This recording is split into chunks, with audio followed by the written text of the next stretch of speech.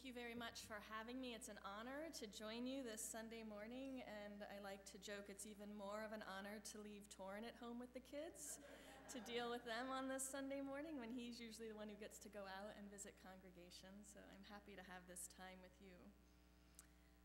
This morning, I'd like to talk with you about miracles. You probably got that from the title of the sermon in the bulletin. And while we will look at the story of the miracle of Lazarus and John, I want to spend a little more time with you today thinking with you about how we look at miracles or wrestle with miracle stories and what these stories can reveal to us. So I'm going to start out with an easy question, easy to ask, not so easy to answer. Do you believe in miracles? Yes? No? I don't know many of you at all, so I can't really venture to guess who would say yes and who would say no, but I bet there are many among you who have an answer that's a bit more complicated than a simple yes or no. Do you believe in miracles? Yes. But do you believe in miracles? No. But these are what I call the but answers. My children would really laugh at that. A lot of questions in faith, I think, have these but answers. Miracles are tricky things to talk about in our Western Christian context.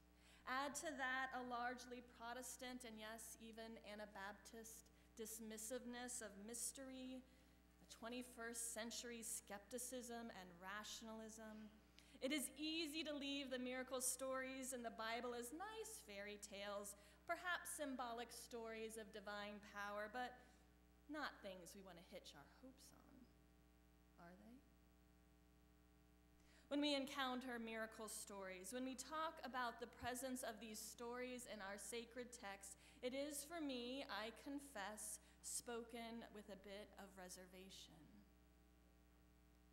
Because I fear my belief or lack of belief in miracles points to something.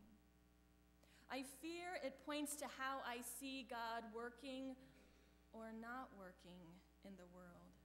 I fear it points to what I do or do not believe is possible in this natural physical realm. I fear it points to what and what I don't put my faith in. May I be so bold to include some of you in that equation, to assume that among you there might be some hesitancy on your part to embrace miracles? Before Torrin and I moved to Goshen, we lived in Morgantown, West Virginia. Our congregation was duly affiliated with Mennonite Church USA, so we were jointly members of West Marva, Church of the Brethren, and Allegheny Mennonite Conference. Now, in Allegheny Conference, when we were there was a new church plant in Pittsburgh. It was made up entirely of immigrants from the South Asian countries of Nepal and Bhutan. A couple years ago, a prayer request went out to pray for a baby in the community named Simran. When Simran was born, she was not expected to live. Her parents, along with other members in the congregation, gathered around Simran and prayed over Simran and waited on Simran and blessed Simran in those touch-and-go first days. The doctor said there is little hope. Well, Simran is alive and well today, and many asked, is it a miracle?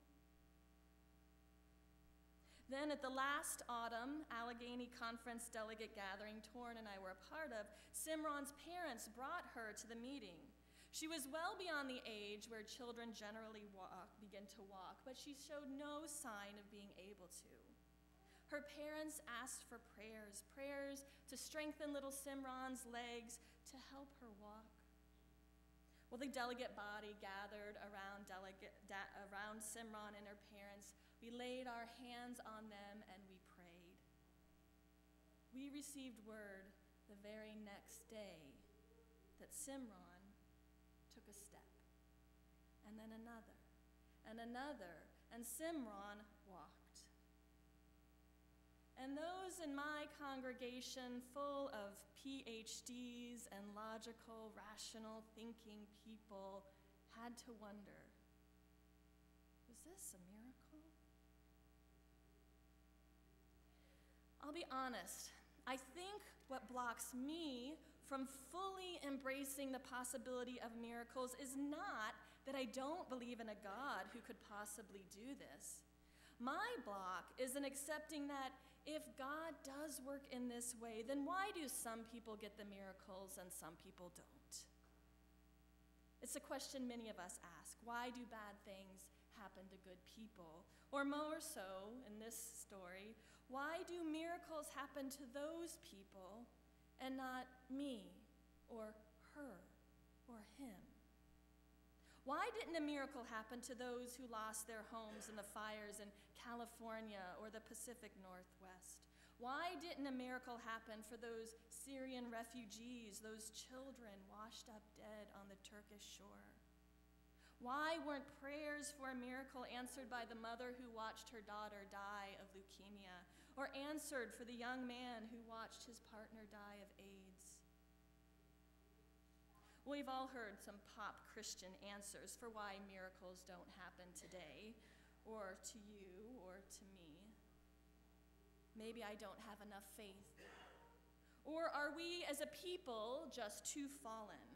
Is it because of gay people, or Republicans, or Democrats, or feminists, or capitalists, or poets, or TV evangelists that God has just forsaken the idea of miracles in our time? And I'm talking about radical, Bible-like miracles here, Simran-like miracles that, if at all are present, are very few and far between. These are the questions that have in the past bound me up and prevented me from embracing the possibility of miracles. No, it's not that I don't embrace God as one whose power could produce miracles. It's just I don't embrace the notion of a God who waits for us to prove a set amount of faithfulness or devotion, or to say the exact right words, or wants us to suffer just enough until that miracle comes. That is my stumbling block with miracles. That's what binds me up like Lazarus bound in the tomb. A while ago, I was reading an astronomy discussion online about the Pleiades. How many of you out there know what the Pleiades are? Okay. Pleiades are a 7-star cluster in the constellation of Taurus. And someone on this discussion had posed the following observation. They said, I've noticed that the Pleiades look bright in the sky, but when I look directly at the constellation, it suddenly goes dim, and it's more difficult to make out the individual stars.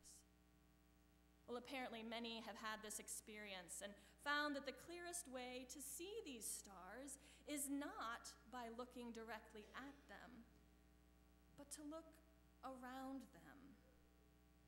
To not look at the stars themselves, but look at the space between the stars, or even to use your peripheral vision. That's when they are clear. Once you look directly at them head on, squinting to see the detail, it all goes fuzzy. The answer of clearly glimpsing the Pleiades actually has to do with our eyes, our eye structure. It's how we use the rods and the cones in our eyes. Now here's your human physiology lesson for the day. The cones in our eyes are greatly sensitive to color and work the best in bright light. The rods, on the other hand, are more effective in low light conditions. These rods are located just off the center of our retina, meaning we see more clearly at night when we aren't looking straight on. This is called averted vision. And I wonder if in my attempt to look so closely at the miracle stories, to squint at them to find the flaw or the hope or the formula for faith that can help me justify or explain them away, I wonder if I miss something. I wonder if there's something we can look here about looking at the Pleiades that can help us look at miracle stories. what this form about the stars was pointing to, in a way that now helps me look at the miracle stories of Jesus, is embracing this averted vision. And I don't mean averting as in looking away, but averting as in looking around. How we look from a different perspective in the darkness. How we look at the space around the object, the stars, the miracles. So let's look at the miracle story for today, shall we? The raising of Lazarus with this averted vision. First off, in the story, I like that it all goes down in the dark. So already we're using a different sort of vision, aren't we? We're getting those rods in gear. If we look around the story, we will take our focus off Lazarus and the miracles that happened to him for the moment. We look to the side of the mysterious, miraculous things going on, and we see other things going on. There's so much going on in this story. My favorite thing that happens here is that Martha gets a chance to redeem her scarred reputation as a whirling dervish who was doing too much to sit at Jesus' feet where Mary was. You remember this story, right? Jesus comes, Martha's busy. Jesus says, "Oh, Martha, Martha, why do you bustle about when you could sit here?" Well, in this story, it's Martha's doing something that gets something done. She runs out into the dark while Mary sits at home. Now, I don't mean to diminish Mary in any way here, but I have to say, I'm glad Martha gets some good stuff her way. This miracle story illumines when action, assertiveness, a woman's boldness can be holy. We can say there is something transformative, perhaps miraculous, when we summon on courage, embrace holy anger, and choose to encounter the divine in the hot mess of rage, grief, and the urge to change something. When we take our gaze away from looking directly at Lazarus, we see something about Jesus that we don't often see. His weeping. He is moved. As commentator David Howell says, here we witness that even Jesus finds death horrible and gut-wrenching and real. What a relief that Jesus is moved to tears by our tears when we mourn. And Howell continues that there is, as the book of Ecclesiastes tells us, a time to mourn, apparently even for God. Now, these are just some of the things we can glimpse when we stop squinting at the miracle and relax the eyes of our hearts and glimpse the magnificent lessons that are waiting apart from the dramatic action. And I think that this averted sight can help us not just look at the goodness of miracle stories in a new way, but strangely can help us encounter the pain of tragedy when we are wondering why miracles aren't happening. When September 11th happened, many parents sought ways to protect their children from the horror of that event, but media made that challenging. Mr. Rogers, Fred Rogers, was still alive at the time, and he recounted something his mother told him. And since then, this wisdom has spread around on social media, so I'm sure you've seen it if you're on social media. Perhaps it's spread so much that it's now cliche, but powerful nonetheless. When Mr. Rogers was a child, he would see some catastrophe on the newsreel and at the movies, and he would feel scared by what he saw. And his mother would tell him this: look for the helpers. You will always find people who are helping. To this day, he said, especially in times of disaster, I remember my mother's words, and I am always comforted by realizing that there are still so many helpers, so many caring people in this world. They're often on the sidelines, but they are there. That's where our focus should be.